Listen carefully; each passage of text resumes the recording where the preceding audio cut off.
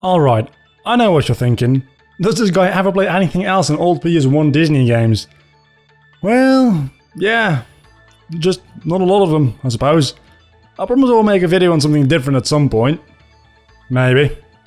Anyway, this game was released on PC and PlayStation 1 and the Sega Dreamcast in the winter of 2000. Wow, I'm doing in retrospect of a game that was not from the 90s. I'm starting to feel old. The funny thing is, the game was released before the 102 Dalmatians film, so you'd probably think it's just some promotional piece of crap, but it isn't. Well, it is, but not as bad as you'd think.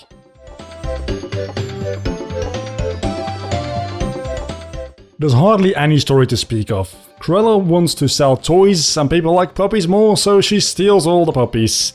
Except 2 of them, of course. These are our main characters.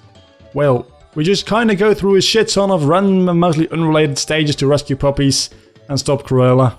When I say unrelated, I mean it, by the way. There's one stage that's the Big Bang. Why? Well, there's puppies in there, so that's why we need to go in there, I get that. But how did those puppies get there in the first place? I doubt even Cruella would have been able to sneak in those boxes with the puppies and place them randomly throughout the Big Bang Tower. The same goes for a museum and a theme park. And oh yeah, there's a castle too. The game could look a lot better. Yes, it is a PlayStation 1 game, but this is the same console with games like Crash Bandicoot and Spyro the Dragon. Hell, even Rayman 2 was on it. So yeah, it's not the best looking PS1 game out there, but it looks pretty good all around for a PS1 game. The maps are rather big and usually there's a lot going on, lots of places to explore. I don't really remember any of the music, to be honest. It seemed all kinda bland to me.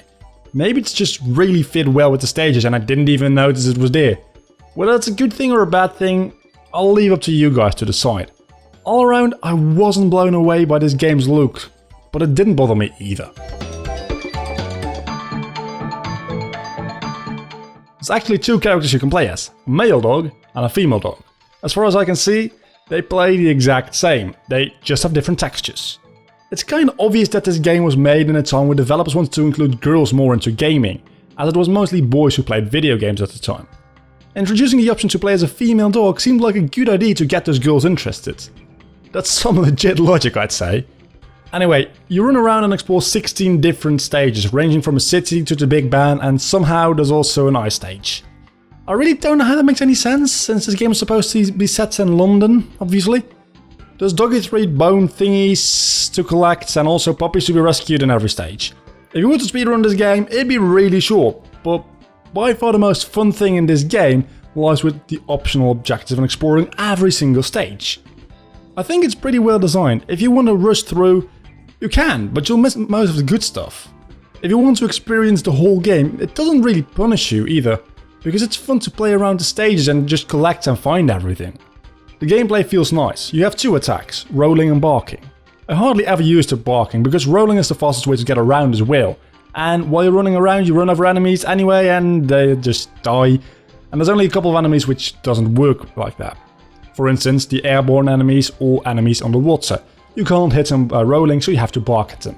There's a total of 4 bosses in this game. The first one, you hit Cruella on the Big Bang. The second one, you hit Cruella on a boat. Just starting on the third one, it starts to become interesting though, because you have to take down a wall before you can start hitting Cruella, which you're used to doing at this point. And then the last one, you don't hit her at all. You just sabotage the machine she's on. I actually like the final boss quite a bit. It's a bit easy for my liking, but it's cool. Altogether, this game is not as bad as you'd think. Is it a classic from the PlayStation 1 era? No, I don't think I'd go as far as to say that. As a matter of fact, I think this game is somewhat obscure, to be honest. But for a game that never got much in the way of major attention, it's pretty good, if nothing else, just fun to play. So I'd say go out there and get this game, somehow, somewhere.